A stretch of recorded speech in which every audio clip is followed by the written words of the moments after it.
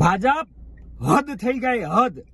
તમારા એક સેવકે કાઉન્સિલરે ભાજપ જે આણંદની અંદર જે બળાત્કાર કર્યો એ પાપની હદ છે. સ્ત્રી સશક્તિ ઉપર અપમાનની હદ છે. પાછા વળો, પાછા કેવા સેવકો રાખીને તમે બેઠા છો? અરે રાવણ સારો હતો કે એને લક્ષ્મણ રેખા નહોતી ઓળંગી? તમારો આ સેવક દીપુ પ્રજાપતિ ઘરની અંદર જઈને એ દીકરી ઉપર, એ બેન ઉપર બળાત્કાર કરે છે. શરમ આવવી જોઈએ.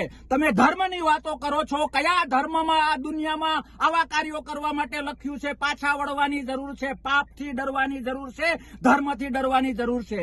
એક બાજુ તમે સ્ત્રી સશક્તિકરણની વાતો કરો છો ને એક બાજુ તમારો જ સેવક આ ન કરવાના ધંધા કરે છે.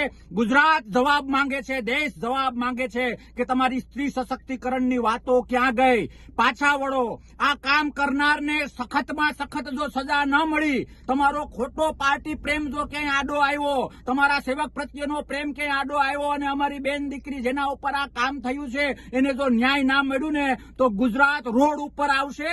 તમને તમારો ઓરિજિનલ ધર્મ આ ધંધા કરવાનો જે છે ને એ યાદ અપાવશે. બે હાથ જોડીને વિનંતી કરું કે ખોબલે ખોબલે મત મળ્યા છે તો બેન દીકરીની આબરૂ સાચવતા શીખો. અરે સાચવો નહીં તો કઈ વાંધો નહીં, કમસે કમ લૂંટવાના ધંધા બંધ કરો. ભગવાન માફ નહીં કરે, લોકો માફ નહીં કરે. ન્યાય આપો, ન્યાય આપો, ન્યાય આપો અને આવા લોકોને ફાંસીએ લટકાવો. જય હિન્દ, ભારત.